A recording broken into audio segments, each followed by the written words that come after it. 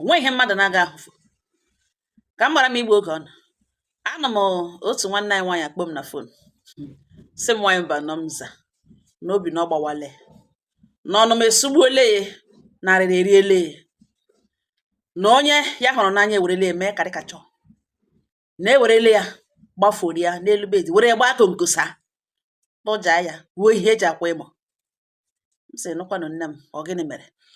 ya aga n'ihu sị m na ya lụọla di na ya hụrụ di ya n'anya too much na otu esi matakwanụ di ewu na di ya soro enyi ya nwoke bịa mgbamnkwụ ya onwe esokwara enyi ya nwaanyị bịa ya eme ya approach n'ihi na ihe mere ya eji mee ya approach wee egwu agbara mgbe ọ gbaga the celebrant ego na ọ gbara egwu onye ọbụla lerele nwamba nnọ ya fall in love with this guy enwe ihe a na-akpọ love at first sight ya nwụọ dee ka apịta faint ya nga ya nọ ihe niile n'aka ya n'obi how to be with this person how to be with onye kwekwara ya maha aha ya ya just enwe ihe we fall in love with somebody na the young man nọ makwara na mma ya bịa jụwa enyi ya nwaanyị edutere sị na ọma onye this guy was na obi na side ha na ọwa amaghị onye n'ọdọ na once ka ya hụrụ na ya na ọ dị ka o nwere ebe ọ na-aga na-alọta ya sịrị ili na aha ya ọkwana gịnị ọgwa ya ya maha aha ya emekwala ya emecha elu n'ala eme ka ọ jụtara oyi ya gadagịrị ruo ya nso jụwa ya aha ya na ya nọrọ na obi side ha na ọkwa ebe ya ebi ya eme ka ọkụbata ya ejiri aka ya gbaa ya enyi olegide elegide ihe ọ gwara ya wụ na enyeghị ya opportunity ikwu ihe ya chọrọ ikwu n'ebe ya ekwuole no problem onye kwuru ya ọ dị njọ obiọma akpa ya na after all na ọ laikiri ya na ọ chọburu ịgwa ya bete ebe ya gwara ya no problem ya gbaa ya enyi na ọ weta ya na ya bọchi bide relationship ya were ịhụnanya wepụta ihe niile n'ime ma ego ma support nye this guy hụ ya n'anya hụbiga ya oke na mgbe ya na ya na-eme ihe nwe mgbe ya lega anya marriage ihe ya megewo ka ya dịga happy ya just na-enye onwe ya as much happiness as she could na ọ dabakwana na naanị ihe ya megewo ya just dey in love and ya dị happy that na this person ya love nọ with her na mgbe ọ bịara bịa propose zie marriage ọ dịzie ka heaven on earth ọ dị ya ka news the best news kemgbe nne na nna ejiri mụ ya kwerekwana dị very happy ha alụọ nwaanyị mba nnọ mza na ya ma proposuru di ya relationship mana ọ dị ya proposuru ya marriage enweghị echi wepụtara ọnụ si ya ka ha lụọ ọnụ ọ ihe na ha megana elebodu ha kacha na ọ mara mma nwoke so enwe mgbe ya nwụghị Oliver Twist enwe mgbe ya asked for more na ya dị contented with being with him alone na ọ ozi ya nwa step forward werezi ihe ya na ya abụọ na-eme buge to the marital level ha lụọ lakpụrụ dịka di na nwunye na-enwekwana enyi ya nwaanyị ha alụọkwala n'ụdị na onye ka buru ụzọ nọrọ na di na enyi ya nwaanyị ahụ bukwere n'ụzọlọ di o ji ụmụ abụọ na enyi ya nwaanyị ahụ ya na-akọrọ ya ihe niile na ọma mgbe ya na enyi ya nwoke na obidere ya na di enugbo bidere ruo n'ọlụlụ na ọnọ present eme enyi ya nwaanyị na-ajụ ya sị ya sị wele otu ka ya na this guy shi mata na nwa this guy na ọwa angel na the guy na ọ dị too gentle na ọ ga-etowe obiọma kpacha ya na nwamba nnọ mza ọ ya ka ya na di ebi yara ime o ruo mgbe ime na-eme ya na movement ya hụrụ ebe enyi ya nwaanyị a na di ya nọ na ya like hụ ya mana ya ekwughị okwu ya hụ eye contact ha hụ ihe ya hụrụ in fact ya like hụ ya ya dị happy ya like ya nwamba nnọọ na o rere ya ure n'anya imagine di ya spank enyi ya nwaanyị na otere and lady na ọ dị obu bakasị kọta ya aka n'ukwu ka aha chi ya kọtụkwa ya aka na shoulder ya si egwuregwu ọnwa otu ọ dị nke wee kọta nwaanyị nọ na di aka n'okwu ipen ya nọgọdụ n'ime ekweghị ihe ya bịa jụwa ya agba nkịtị ya ekwukwe na okwu ya mụọ nwa ya n'udo obiọma na nwa ọhụrụ bịara nwa ya yikatakwana di ya ihe obiọma na ya mụrụ nwa ọhụrụ emezie ya feel ka ihe niile anọrọ na in the past ya chọzi iti iju echiche ya ebe ahụ ya mụọ nwa ya nụtara nwa nwaanyị very pretty baby ya mụrụ ọzụ na-atọ na-eti mkpu mana ihe meziri ya ahụ ji jụọ ya oyi na ọ dị ka enyi ya nwaanyị notisiri na ya hụrụ ihe a di ya mere o mechaa bịa kpọketa egwe ya si ya na enweghị ya chọrọ egwe ya na ọ dị ka di ya dị too free with his hands na enwe ihe o mere ya ma na enwe ihe o bu n'obi mee that thing but ya ga like ka o repeat ya again ya jụọ ya sọ gịnị ọ sị ya na ọ gafega ọchị gị ọchị enwe ihe akpaga ha amụ so ya ma mistake ka o ji kọọ ya aka n'ukwu na ya ga-erughekwe nso that much ịbịa gosiwa ya ụdịka egwu ahụ mba na ya sị ka ya gwa ya ka o nwee ike leruo anya ala na ya like ụdịka egwuregwu ọ bikos ya na ya bụ ọwa enyi na ọ bụrụ onye ọzọ ka ọ kọtụrụ ụdịka aka ahụ n'ukwu na ọ pasịala meseji ọ bụrụ ozi onye na-awụghị ezigbo mmadụ na ihe ga-emebi ya gwawa enyi ya nwaanyị si ya na nsogbu anọ na ya na ihe o kwuru na ya ga-agwa ya ọsi ya mba na ọgwele dị ya nwe ya na ya nwa ga-akọntrol the space ya na ya agbakwawo ihe nye opportunity o ruo nso next time and next time ọ tara ya na ya ga-warnzi ya so oke ihe a na ihe chegasa na ọkwaghị ihe ọwụ chimo na enyi ya nwaanyị na ọgwụ ezigbo mmadụ ya wapụzi obi ya gwapụcha obi ya kpamkpamkpam from suspect ma ọ ịbịa bịa tụrụ anya ala na ya nọzi di ya na-egosizi that na ụkwụ na ya outside from call ọ na-eme from ihe ọ na-eme from otu o shebi ndụ from alaba ọ bụrụ na e nwere particular woman or a lady dịka ya chere mgbe ahụ ji di ya n'ọrụ ihe a na-esere ha okwu ihe a na-apụrụ ha ụka ya na di ya mgbe niile ha na-ego ya na-akọsakwara enyi ya nwaanyị ihe a niile na-eme na enyi ya nwaanyị gwawa ya sị enwebeghị ihe ahụ na ya ka just banye na marriage na na-eji anya ọma aba na marriage na onye na-aba marriage ọ mark hụ teritori ya na onye ahụ ọ ga-fall out of it na ngwa ya jụọ sọ gịnị ka ya ga-eme ya sị na di ya na-achụ nwaanyị na-enotisele ha akwa nweghị ya gwere na enotisele na di ya nwe onye nwaanyị mere achọghị ịgwa ebe n'ebe o jiri anya ya hụ na ihe chọrọ ịgwa ya today na ihe ọ sọkwara di ya chọọ na nwaanyị na di ya agaghị achụ nwaanyị ka dike ya na before ya eme ihe mere na di ya n'ọnwa mkpi alaba na di ya na ihe di ya wụ mkpi na-agbara ọha egwu ya jụọ enyi ya nwaanyị sị ihe o mere enyi ya nwaanyị sị ya hapụ na ọkwa ya nọma tin nọma ọkwa otu agadi nwaanyị jọsọ gwa ya na ihe a people na-aga na dibia ga-agwụrụ ọgwụ na people just na-ewestiga their time and energy na ihe ejiri jide die na ọkwa few things na-enweghị ihe ọgwụ na ọwa agadi nwaanyị gwere ya elechasị ihe ka agadi nwaanyị kwuru ka ya practice ya emekwe na ya ọwa ọkọrọ ya na ụta ya nọ na ya ga-ebiti ha chest gwa that na di ya na-ahụta nwaanyị ọzọ na ọ mara mma ma ọfọzikwa iru nso ya gwawa enyi ya nwaanyị sọ gwadona ya enyi ya nwaanyị sị na ya eweta ihe a shi akpala okuko Igbo shi okuko Igbo kpu na akwa na-eweta shi ya weta mkpụrụ ụzụza ụmụnne m dịsị mkpụrụ ụzụza mana m ya na-akpọ na bekee mkpụrụ ụzụza na-eji esi nri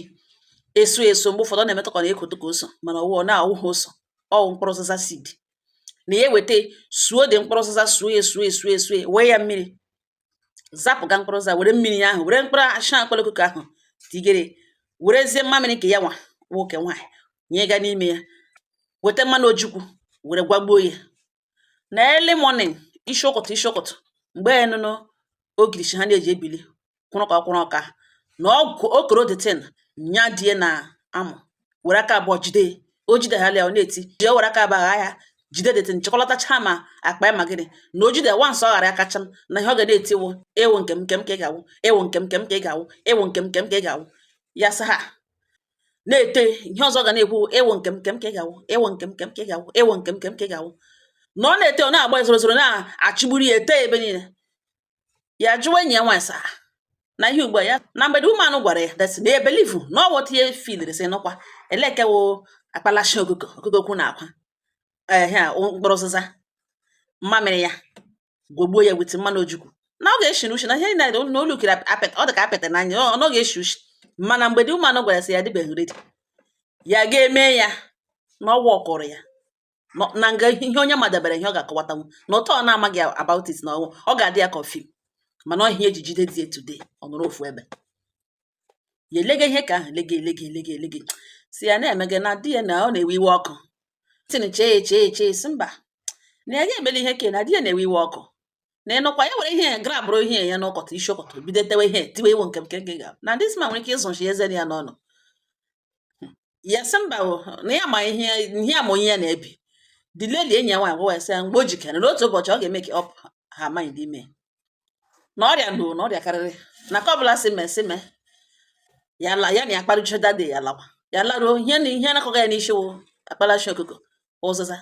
mmanụ nkwụ ojukwu mmamịrị ya akpalashi okoko ụzịza mmanụ nkwụ ojukwu mmamịrị ya sị egwecha ihe kenanụ ya ga-agbazi apịtị ma shi ojukwu ma gịnị ihe anyị na-achịkọ ya ọnụ ọwụ na ushi egwu and ya werekwana ihe na-etewekwana ya nwoke na lotu ọ ga-ahụta ya ọ ga-asị etegesha lekwe ya ndị bịa bido ha ha na-eli na-eti iwu nke ka ị ga-awụ na di ya ga-emisinterpret everything ya agba nkịtị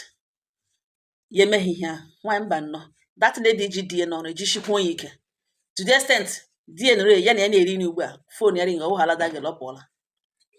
fon ya ring hala ọwụ halada gel ọ muvulu ọ pụọla okoro na-efe pụọ ya soriala ka otu a iwe nọ meji obi ya gagada these items enyi ya nwaanyị kwere na ihe eji jide dike ya gagada ya were nnọọ ya gakwa n'iko ka washo okoko ga nnọọ ndị na-erepụtịrị para nnọọ ha wee nye ha kokom ha gwojuo esha n'ọnụ wite iwe ya ga-anyụta mmamịrị tinye were nkwa ojukwu ọsọ mmanụ nkwa ojukwu na ọ ga-awụ small just 2 drops ya were tie ụta anyị na ọsọ shi esheme na otu esi gada this item nlọta di ya lọtara ruo early morning mgbe ụmụ nwoke na mmara na early morning ha ya ga krodeti ya jikọ ma denwe n'isi bed ozugbo adịte no rice ya ama ha ma ọ dịzị ka di ya ọ dị aware na enwe ihe chọrọ ime odoruzie facing up ihe a ozugbo ekirishi ya na amalirile ọkwụrụ ọka ya na nga kwughe datin kore gọba detin na-ete ya masaji ya wite igwe na ọnụma na-ete iwu nke ka ị ga-awụ ewu nke ka ị ga-awụ ọ sị di ya chi anyarị metụ ya aka na ntị si na truli na nke ya ka ya wụ ọkwa nke ya ka ya ga-awụ na otege mmanụ na masaji ya na ihe ka omege na otogbuole ya ekwuo n'obi ya sị chei na ihe na ọrụ gakwa ọrụ bido were ma akpalachi oge ya pịta ya gụrụ ya anya wite iwe tege di ya metụ ya aka na ntị si ya na truli nọ nke ya ka ya wụ ka ya ga-awụkwanụ emecha ihe ọ gaga saa ya gakọrọ oge were ka efuru afọ tufuo okwu aka nwaanyị mba nnọọ mza for 1 week fonu dị ering that lady akpọghị fonu ya efilie na detin ọrụ n'ọrụ ya gba enyi ya nwaanyị si detin na wọk n'ihi na mgbe ya mere detin ya gwakwara enyi ya nwaanyị na ya mere detin enyi ya nwaanyị si na ọ watch out n'ụlọ ihe na gị na 1 week esi na-akpọ nwunye di ya akpọ onwe disturbance from the other side from the side chick ya gwa enyi ya nwaanyị si na ọrụkwa ka detin rụrụ ọrụ for some time for 1 week and now the person that lady akpọbeghị di ya ekorobekwa na akwa pụọ ka onye adọga mmụọ ya gwawa ya sakwa ya gwara ya na agwa na ha nọgidere nwaanyị mba nnọọ mza di ya abịa sitie ya down one day jụwa ya sị na gịnị ka ya mere ya jụwa sị ele ihe o mere na somebody just kpere ya ekpere na anya agbahuo ya na gịnị wụ ihe ahụ o tege ya na gịnị wụ ihe ya mere ya na ele ụdị ka ọgwụ ya gwore na gịnị wụ ihe ya mere na ihe chetara shi ewerere something na-akụrụ something na-ete eti nke m ka ị ga-awụ ewu nke m ka ị ga-awụ na gịnị ka o mere ya that very day na gwagara ọgwụ belụsọm ya ewe ọnụ na-ele di ya sị gịnị ka ọkọga ọgwụ belụsọm gịnị ele ihe o mere di ya jụwa sọ chọrọ ịgwa ihe ya chọrọ ịnụ ka ọ chọrọ ka emewe ka ọwa okwu ka ọ ebupụta ya ka ekpewe ka ọwa ikpe ya ghọta na o ji uche ọma ihe ọ na-ekwu ya gaa straight to the point gaa kọrọ ya ihe butere ihe kpatara nche na otu enyi ya nwaanyị shiri wee sie eme editin di ya jụọ esi enyi ya nwaanyị lek that useless enyi ya nwaanyị ahụ ya gwara ya ọle anya na for some time ya na-adị happy na ya na ya bụ na-ekwu ọ bikọsi ya pụtakwa plan bịa gwa ya na ya chọzi that lady ebe a na ya nọrọ n'ụlọ ozi ya na ọwa onye ga-enye ya ihe gwa ya ihe ọ ga-eme kpere ga dibịa ya ga-agwọ ya etinye si di enye ya allegation tọ na ọ dị tebụl ya na-etisi nụkwa ihe ya ka ya no na amakwa ụlọ ụzọ dibịa na ọkwa inu ya ga-agwakwa iyi na ọkwa ahụ dibịa na ekwe ihe ejiri mee na ọkwa akpalachi okoko meke ya kọwa di ya ekwesị in fact na-emecha aka ya malidoro okwu ọnụ na nwaanyị mba nnọọ mza na otu a ka arịgide okwu a ihe a pụọrọ ya na di okwe na-arịọzi ya ekwupụtakwala na-aṅụ iyi na enwe ihe ya mere na di ya na-agwa ya datị na ya ihe awụ ihe ya ga-anụ na ya ga-abịa lọgodo n'ụlọ nne na nna ya ga-agwa ha kọwara ha ihe ya mere na otu esiri mee na mgbe ya nwetara ha ya ga-alọta ka eti okwu ọnụ ka ya mara mgbe ya nwụmara ihe awọ family problem nwaanyị mba nnọọ family a di ewegide iwe na this issue denwere ya na village 3 weeks onye ihu na-arịọ onye azụ na-arịọ ya gwa ha lekwe ihe mere lekwe ihe na ọ wee enyi ya nwaanyị gwakwara lekwe ihe mere ha na-arịọ ya sị lekwe nke wụ abalachi okoko na mma mere na ọ wụola ihe agwụmagwụ o wụola ihe agwụgharị gakwara with incantation na o kwesịghị ekwesị na otu ọ dịghị onye ata ya ụmụnne na-eblem ya emechaa ha arịọwa di ihe ya nọrọ na village na 3 weeks ya lọghachita back nwaanyị mba nnọọ ya lọtarịọ di ya na mhụ ebe ya rịọga this man na ya rịọrọ ya ka ndụ ya niile ọnọdụ o kwere gbaghara ka ha aga ya wepụrụ ya anya kpamkpam wepụrụ ya anya na oruzie one day ọ chajiga fon ya wụ na kọd ya bụ ihe mebiri but the main charger head dị okay ọ sị enye ya kọọdụ ya ntara ka ya gara ga inye ka o fix na fon na ya kpete ya pụbekwana ya kpetara isi o were kọọdụ a tige ya wụ na ọ chaji wele mgbe a ka o ji tigezie koodu ya wụ na koodu o tiri nga ahụ wụ birthday ya birthday ka edie month amụrụ ya and year amụrụ ya akọpụgo ozugbo onwe notice hụrụ ya hụrụ nọmba sọpịrị na nwaanyị mba Nnọmza Sunday 2 weeks ago ka di ya nọ n'ezigbo ụra na-ehi ezigbo ụra ya ga-emepe fonu ntara with koodu ahụ fonu agbapetọ ya were the fonu gawa na guest room ya chọhụ disturbance baga na ya ga-ahụrịrị ihe mere na ihe nọ na fonu a ka ele ma ya nọkwa in line with ihe ya na-ekwu ya baga ebe ahụ nwaanyị mba nọ baga na WhatsApp ọ ebe mbuzi ya hedwa erute ebe ahụ na ụzụ tụrụ nwaanyị mba nnọọ na mmanụ ọwụ ihe nọ n'ime beans na-eri beans na-ewu ụtaga ya igo n'isi na mmanụ dị ledi na-enye di ya nsogbu na-adọ ya pụta na ọ wee enyi ya nwaanyị ka di ya kọrọ aka n'ukwu ya ahụ ya mgbe a kọrọ aka n'ukwu o weghị iwe ya onwe ya kọtụkọrakwa di ya aka ha chigbuo n'ọchị ọ lọghachitazie bikos mmụọ ya gwara ya na ya hụrụ ha n'ihi na ime ya nọ labor ihe mege na hospital ọ lọghachita bịa kọva onwe ya filie na o ji okwu the same enyi ya nwaanyị agwara na ihe eji jide di ya na ọ wụ onye ahụrụ na WhatsApp na ya na di ya gbaga na ya na di ya chika ya screenshot ọ the whole WhatsApp niile ma ebe ọsụ na ọ bụrụ na ya matara ya before di ya na ọ ya ka ya na-alụ na ihe nwaanyị a pentiri di ya red black and blue because of di ya na ha na-akọcha discuss otu ha shiri ga-eyi esokirigbo kwuo otu ha shiri jam gaa na hotel bruzo ha onye ha ma ama before onye ahụ ahụ ha aja ha ewere na-akpa nkata ma voice note na nna ọkwa na onye a gidere ha na bina na ma ha cast ala ọ bụrụ na enyi ya nwaanyị ezi enyi ya nwaanyị nọ nta ya ewere this hotel forward ya na phone ya ma picture ha esere ma nke ha esere mgbe kedi ya esere enyi ya nwaanyị a mgbe ọ baji na bathroom ya na hotel room mgbe ọ baji na bathroom ọ dịrị azụ ọma ya ma dị ya bụ ha ma ọ dịkwa wee na di ya esere picture di ya ese this woman sete ukwu ya sete akụkụ ihu ya ihe ị ga-ama na onye mmadụ lady hụ da picture ga-ama na ọya agụdo otu ka ga abụọ na nhụ ote di echi na-ese this lady na ya ọ na-eri na ọ na-ese na hotel room even na ebe dị sa the lady gị the woman gị sa ahụ di ya na-ese o dewegoro onwe ya nwaanyị adịghị agwa na di eji all these pictures na ya dịghị awe na ọ nọ na pictures ndị a ka onye asị na ọ ka ese na ọ dịghị awe na di just na-ese ihe na-edewegoro onwe ya for his own lost purpose na mhụ voice note ha mhụ ihe chat ha na this lady na nke gbawachara ya obi awụhụ na di ya na this enyi ya nwaanyị kpaga na ọwụ nke wutere ya wụ na di ya ji awe ya na enyi ya nwaanyị kpara nkata na ha diskọsụrụ ihe gbasara ọkụkọ data dị enyi ya nwaanyị ahụ nyere ya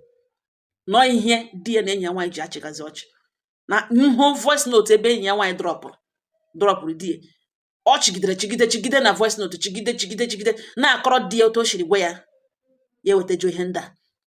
akọrọ di otu o shi agadi nwaanyị shiri ya na ya gwara ya na agadi nwaanyị gwara ya ọkwa na-ekwu ya na-achị di ya na-achị ọ sị ya o sendere di mechasị di na ya biko na ya kpọkwara ya akpọ na ihe eji sendere di si na di nwere ike ịbata any moment na nwa nga ha na-agbaka ntị n'ihe ya nọrọ na ọ dị too much emechazi after that one ọda ahịa a na-ede ọ na-edere di ya na akwa mana eji ya n'ọrụ na atụkwa long gbanwee dịka onye chenye ka ọ dịka datin ọrụ gị ọrụ na ya na di ya nọ into this na ha abụọ plan this werezie ya merezie karikachọ mba nọ ma voice ihe niile voice note because ka awụ direct evidence of voice ya di ya nọ ya ọ ga-ama na nwunye ihe niile nwaanyị ya mere di ya na ihe nwaanyị pentiri di ya na nwaanyị lara di ya n'iyi just because of ya na di ya na-arị ya elu dịka ya wozie onye na-adịghị good in bed wozie onye a na-amaneji wozie nonsense nwaanyị mba nnọọ na ebe di ya kọtọrọ ya wụ ebe di ya kwuru that na ọ ya nwebịara bịa mee ya approach ya bịa ya lụrụ ya because ya believe that na ya ga-enye ya peace of mind na ọwụhụ because of mma or because of age na ya just lụọ ya because na ya like otu ya shi na worship ya anọ ihe nwoke ọbụla na-achọ enyi ya nwaanyị ha ewere ya nwa mere karikachọ were di enyi ya nwaanyị mere karikachọ enyi ya di nwaanyị enyi ya nwaanyị wepụta di eleta bụ di wepụta ha egbucha ha na-ewere ha na-afụbarịrị wetara ha mma na nwa mba nnọọ mza ọ sị ya were detin na di ya teta tiri ya were earpiece gecha datin forward cha ihe niile na fon ya na ya nọzi 2 days later after ewere na-eche ihe ya ga-eme ya nọrọ nga were voice note ka ahụ enyi ya nwaanyị sendịrị di ya ebe ahụ ebe ọ gwara di ya na ọ hụkwara ihe atịrị taa ha na-achị kwere na ọkwara ihe ọ atịrị taa o degere di ya na ọkwara ihe atịrị taa na ya nyere nwunye ya first hand information otu esi agwọta ọgwụ eji ejide nwoke ka ihe dere ya ede ya na-achị di ya na-achị dị ule dị na-achị na ewere voice note ya o sendịrị ebe ọ gwaga di ya na ọwụ na ya na ya abụ anụghị in the next 2 hours na ya amaghị ihe filigi na ọ ga-ewutekwa ya di ya jụọ so rutele na di ya yes na elu ya nọ na the hotel room na ewere that one forward ọrụ enyi ya nwaanyị akpọpede ya na phone si gịnịkwa ihe nke o sendịrị ya jụọ sa na ọ kwesịrị dị familiar with that thing ya sendịrị ọgwa sa familiar kwa na ya chọrọ ka ha hụgodo first ka ya lee anya n'ihu ọ na-ekwu ihe ọ na-ekwu gbanyọ phone onye sị ka ha hụ ka ya maragodo ihe ọ na-ekwu ozugbo end the call nụta obere di ya kpozi dịka ya kpozie ya jụọ ya gara na phone ya si ya gara there with full chest DS ihe ahụ chọrọ ịhụ akwa ahụ na ya CS na ya ahụ na ihe ya chọrọ ịhụ DS nwere elekwana the way forward na ya gwa DS na enwe ihe dịka way forward wo na ụwa ga-anụ ihe mere nọ n'otu o shiri mee DS ya na-alọta ya si before na-alọta ka ya kpọgodo nwanne ya gwa ya adị ama because amaghị ihe ọ lọtachebe ime ma wee bịa gbuo ya ka ha kpuo secret ha ka ya kpọọ nwanne ya nwaanyị ka o ree ihe nọ n'elu ugbu a DS ya nwa mee kọl ahụ na marriage a na ọ dị n'oge ya si di mgbe kwadoro di ya alọta ọ mazi ma ya mere kọl ahụ ma ọ ya emeghe kọl ahụ ọ jụọ ese nwere onye ọ gwara ihe ọnụ ga-epetaga ya gwa DS mgbe oge ka ahụ ruru mgbe a ga-amata na a ga-amata di ya jụọ esi ka ihe ejiri gaa na fon ya jụọ DS ihe o kwesịrị ikwu ugbu a na ọ kpọrọ gị enyi ya nwaanyị nwunye mmadụ na-alakpu na ọ gwara otu o shi dị comfortable na nwaanyị ọrịga elu kọtọga di ji ego lụ ya nwoke ibe ejiri ego lụ ya na ọ hụkwara ihe that lady send ihe o dege gbasara di ọ dị comfortable that is not naanị ya buru udu no ya na enyi ya nwaanyị konivụrụ si e were shan ọkụkọ mee ka ọzọ ọtọnụzie bozie na-asa allegation something dị nwere na village for 3 weeks ụmụnne ya na-arịọ on her behalf na ha nidiri ịma na ọhụrụ message ka na family the whole family in fact na the whole community the 2 villages ga-ekpe village ka na village ka ga-abata n'ogo before not 2 families na ka na 2 villages ga-abata na ihe o mere ya turn to object of mockery with nwunye mmadụ not even side chick ibe na-eme side chick with young girls na o mere nwunye mmadụ ha ya abụọ atọ ọnụ ya werezi ihe ha ji alaba na ya sendere ya picture ya sịrị na ya dị ekwure na this lady amaghị na ose na ya sendere picture jụwa ese leta nweta the picture so nwunye mmadụ guzoro gị na-esere wee picture na picture wee ọ dị ha wee di ya nọrọ nga asị ya na ya bụ nwoke na ihe masịrị ya ka ya ga-eme na onye mere onwe ya available na onye o mere onwe ya available awụghị onye ga-eblem na ọ bụ onye mere onwe ya available na-abịa na nke na ọ nwunye mmadụ na ọ bụrụ na o lechaa di ya filie na ọ ga-atara ya asari ya ga-akwụsị ya na ya wee man and ya wee African man for that matter na ụmụ nwoke dị entitled to as many wives as possible na ihe ya chọrọ ịgwa ya na o bu ashiwa destin di nwaanyị ahụ na ya tụpụta ya eji na ya nwa ga-alụ that woman na ya ga-akpụrụ gakwa ụgwọ isi ya lụọ ya with his full chest na marriage ya na ya bụ na ọ ga-end mana ọ bụrụ na ọ hapụgokwa ọda ya ebe a na ya na-promise ya na enwezi ihe jikọrọ ya na that lady again na ihe niile jikọrọ ya na that lady na ọ end ala na ọhịa na agwa na ihe na-adịghị ekwekwe na ya na-echekwa ya ka ọ sịkwana biko gbaghara ya na ọwụ aka ọrụ ekwensu ọtụ n'otu ihe ọwụ bụghị na ọ na-ekwu ya nnọọ with order ya sị die na oke na nsogbu na ya na ihe okwuru ya bịa n'ime ụlọ bido kpuwe akpa ya di esele ihe omega ya gwa di esi na ya chọrọ idivorce ya before ya nwa bido kọwa akụkọ idivorce ya na ya chọrọ idivorce ya njekwara reason eji divorce ya na ọ frustrated emotionally kparịa family ya mgbe ha rịọga on her behalf na-arịọ thinking that ya mere ihe ọjọọ not knowing na ihe ahụ plan ya na enyi ya nwunye mmadụ na ya ga-akọkashi na ya rịọta ya ka ọ ghọta that na ndụ ya ataghị ya around him ka ya burugodo ụzọ buru ngwongwo ya pụọ na marriage na ọ dị lova di ya nọrọ nga si ya na orukwele n'otu a na orubere nke otu a bido rịọwa si ya mgbe ya hapụgara ya gbaghara ebiko na nwaanyị mba nnọmza na ya chọrọ ime this lady ihe na di ya ga-adị ha wee na ya agaghị ezu ike na ya gwara ya si eji ọnụ ya ga-agwa di ya chọghị moto ga-esi agwa di ya ihe o mere because before ya sendara di ya every information every evidence o needed the lady a na-arịọ ya si na oke na ya ga-enye ya 1 million naira na 1 million naira ha kwa ego di ya nyere ya nọ na ndele ebe ọ ga-eche weta the 1 million naira kwa di ka e nyere ya na ọwụ di ya nyere ego ọ ga-atụpụta 1 million naira just like that na ọ di ya nyere nye 1 million naira na nwa mba nọ na ihe ejiri kpọm ugbu a na-awụ na n'ịgwa m eziokwu na di ya mekasachana ihe niile na di ya kparịrị ya na the message ya na-agụ ya na-ahụta onwe na-enweghị ya wụ to this man ya na-ebi ma ọ fụbarịrị ya na ụdị ọ dị too bad kwuchakwa otu eshiri gba ya enyi na otu eshiri mee ya approach kwuchakwa ihe kpatara na o jiri lụọ ya because ya ga-enye peace because ya laikiri ya na like nwaanyị buru onwe ya tọọ ya na dị mkparị na ọ dịrị ya too much. Now, na in as much as na the marriage na oshi ngezi ushi n'anya, na ya chọkwara imekwa ka di nwaanyị a dị aware of ihe nwunye ọ lụrụ. Now, na otu obi na-agwa ya na ya gwazie the woman ebe ọ chọwala ịkwụ ụgwọ ka enyezie ya gwa ya ego ole ọ ga-akwụ ka ada ya, na ya chọrọ ịgwa ya ka o weta 10 million naira or else. Ebe o wetawele na ọ ga-eweta ezigbo ego to close this matter. And na ọ na the woman wetacha the money, ya divorce zie die still gwakwa di that woman ihe o nidere nụ na ihe ya plan gị ime. Na m jụdela unu na ele better way to go about this. Ụmụnne m, ihe agba na game. Kpọọla m ya, m sị nne m ya sị ọkwa ị mụrụ nwa, marriage a mụrụ nwa, sị otu a na ihe a megị n'ọkụ n'ọkụ ka ihe hapụ ime ihe ị ga-eme gị regret ya. Ngwa ihe nọ m n'obi ugbu a na ụmụnne gasị nwanyị mba nnọọ ịbịakwa mba nnọọ ihe awụghị ọrụ ibute ya nwanyị mba nọ. No, I disagree with you. Aga m ewere ka egbotowara ya unu gbotowara ya ụmụnne nwe ihe ọbụla ha gwara ṅụ ị ga-eme. Ha sị ṅụ nara ego gị na-eme your price. Ha sịkwa ṅụ na gị walk out of the marriage n'ihi na di ṅụrịrị enyi nwaanyị elu, married woman. Ihe ọbụla ha gwara ṅụ ụtọ ọbụla ha si isi gbotoro ya iwere ya otu ahụ. Ụmụnne m, anya ka m bịa gbotoro ọnụ ọsọ ya nara this woman ego nwaanyị akwụọ ya n'ihi na o ji the money na ọ ga-akwụ ya. Di ya mega ọfụma na di ka ekwe na ebelieve na di ya pọmpụ ya ego na ha ji abụọ ji the money na ọ ya nara ya the money walk out of that relationship, that marriage, na walk out of this marriage nara the money ka ọ ya nara ya the money ka na ekwa n'ime the marriage because ọ ga-adịrị ya dangerous. Ya nara ya the money ihe begana nwere ike na-ebekwe, ha ga-adị more serious, this more careful, ihe begana nwere ike na-ebekwe. Na ya nara the money walk out of the marriage ka ọ ya hapụ gị nara the money na ịga na the marriage lewe just na ịga di ya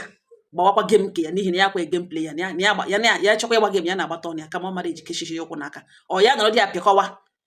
ka ọ ya nara ego walk out ka ọ ya nara ego na ịga na unu gwadele na ọ bụrụ nka ihe ụdịrị ihe a bịakwutere na ole ihe ị ga-eme. Ụmụnne m, before m so mkpu ugbo na-asị nwanyị mba nọ mba mababa nwanyị mba nọ remove emotions ele nke wi ya nọrọ ọ gbotorola ya unu enwe nnọọ ihe unu ga-agwa ya ụmụnne m n'ụgwa ọkwa akụ kọmentị ọnụ ọngọ ha nọ m n'ọnụ ịnụ ngara ugbo ere eleghe mụ na ahụ obi wa akpa onye ọbụla nya gị imagine ihe enyi were enyi ya wetacha akpa logogo wedeke gazie ntụrụ na azụ chigburu onwe n'ọchị nwaanyị aga ntụ gara abụrụ ogirishi di ya